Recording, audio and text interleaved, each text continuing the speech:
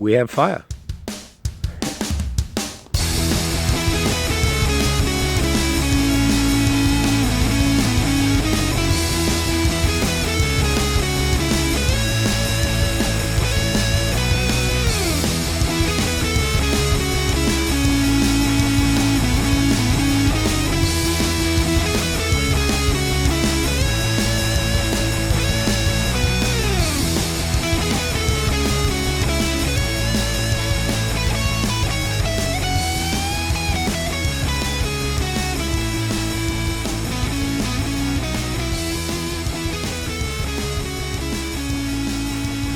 Hey Cabelas, George here.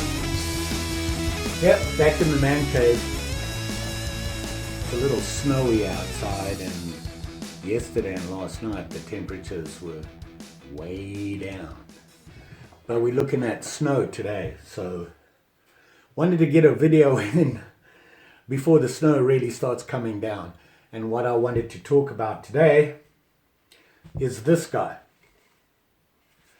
I've had this for 3 years, and I originally purchased it because I was starting to get into solo camping and kayak camping, and I was back in California at the time and decided to get an axe so that I could take it with me to process wood. Well, it turns out in California you just can't chop down even a dead tree. They kind of frown on that, even if it is dead. You weren't allowed to build fires out in the open there. You had to have a fire ring. In the places I was going, there just wasn't any fire rings.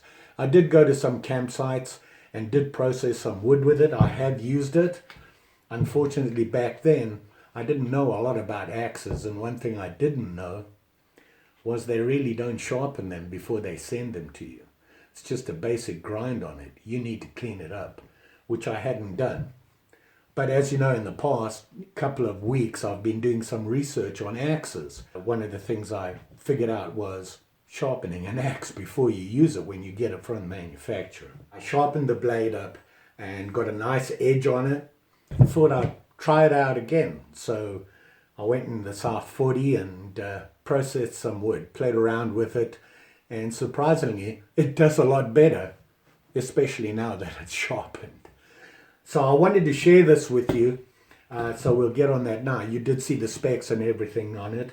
This is the Woods Chogan CRKT camp axe. And these types of axes, or hatchets, or whatever you want to call them, are often referred to as a trade axe as well. And apparently that comes from way back. They were used for trading, very popular with the locals. For trading. They wanted these. It is considered a tomahawk, and the official name is the Woods Chogan T Hawak. And you can see here, the one I have has the hammer on the back and the wide blade. Now I purchased this a while back, and they've since upgraded, and now when you go and have a look at the T Hawak, they give you different options on what you can get onto the back of it. And I just happened to get the hammer because I wanted it. In California, the ground is never wet. And it's always hard. And I wanted something to be able to get my tent pegs and that sort of stuff in. So that was the reason I got this. If I had another choice, I'd still stay with this. I wouldn't get the other options. On the other options is you have the Woods Chogan Nobo, which doesn't have anything on the back, and the other option has that small sharp blade, flat-edged on the back, where you can dig up dirt and things like that with it. So those are the options you get with it. I just chose the hammer. That was what I wanted on the back, like I said, for my tent pegs. One thing I did get is this guy here, and this is actually not from the manufacturer of the axe.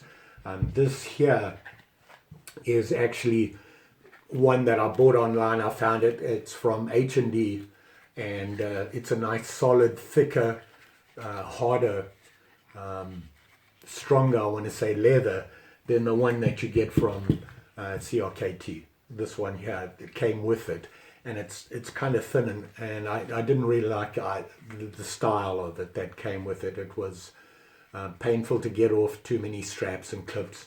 So I decided to get this guy to protect my blade and of course to protect me. On the head, it does have the logo, CRKT. You can see it back there. Let's see if we get there. Ryan Johnson of RMJ Design. So he's the guy that designed this, and you can see the information back there. So not bad, nice straight handle and everything. One thing I did add as soon as I got it, this is very slippery. Obviously it's got that varnish on it, just like any axe when it comes from the manufacturer. I put on this sports tape to stop my hand from slipping, and as you'll see in the videos coming up when I used it, it helped, but not a lot. I found that as I chopped, my hand slid down. So you have to be aware of that, and there must be a better way of doing that, maybe taking this off and just going with the plain wood and, you know, oiling it and that sort of thing, taking care of it. It's a nice size. The one thing about this is that, you know, it's small and it's compact. It's not light. This is a heavy head on it, but it fits my pack nicely on the outside. Nothing sticks out. The problem I had with my new axe is it's long. The weight in that is no problem. It just is longer than this, and it kind of sticks out below your pack. But this is obviously more compact, and you can carry it on your belt if need be. What I want to do is get out there in the South 40 and chop some wood, and let's see if we can start a fire with it, all the usual stuff that I try and do with my axe. So let's go to the South 40 and work on some wood with this. Hopefully it'll work. One thing I learned was your protection for your axe. A lot of people would just throw it on the ground. You're gonna lose it that way. Good habit, put it in your pocket so you can always know where it is. So let's see what this can do. This piece of wood is basically frozen. We've had some really cold temperatures, but let's see how we do with this.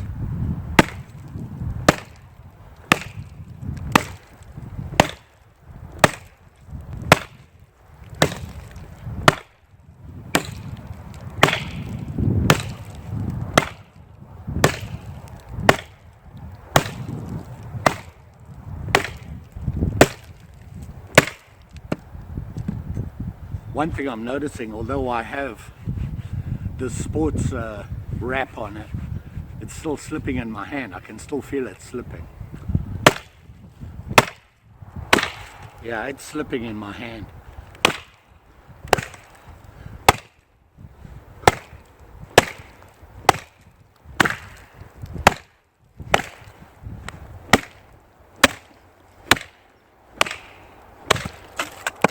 But it went through. Didn't do too bad, and it's a lot better now that I've sharpened it. Like I said, when I first got it, I thought it was sharp enough. Well, yeah.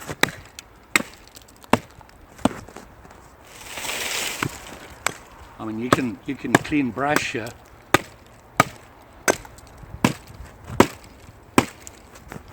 No problem with the smaller stuff. So it will work. Obviously it doesn't have the strength of a bigger camp axe, something like the Trail Boss, but it's certainly smaller and more compact, which makes it handy. I do like the hammer on the back. Like I said, you do have different options when you order as to what you want on the back of the head. Another tip I got for you, I learned a lot of people, you'll see that. See this?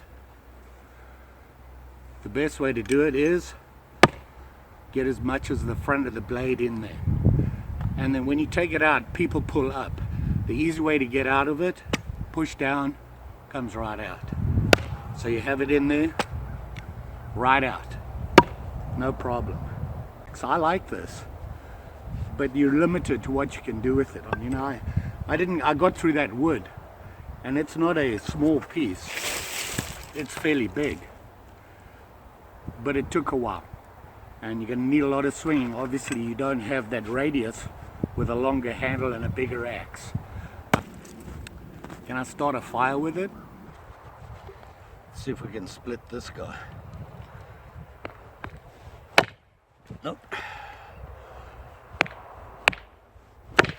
Nope.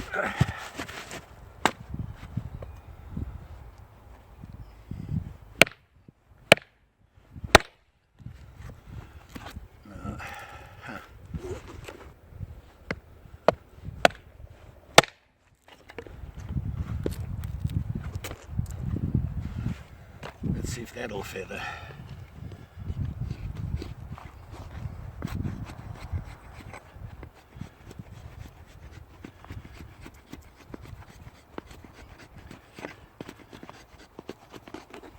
Not bad.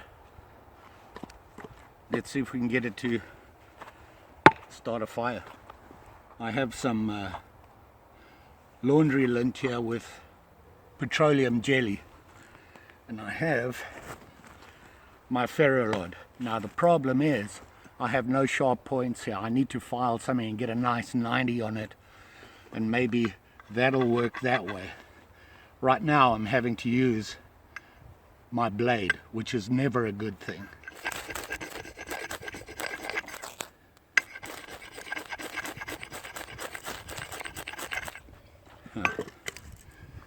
So there we go there.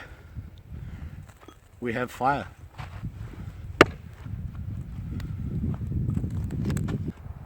And it's destroying my ferro rod. Not good.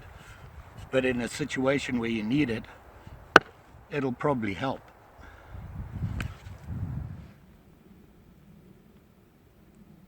We have fire.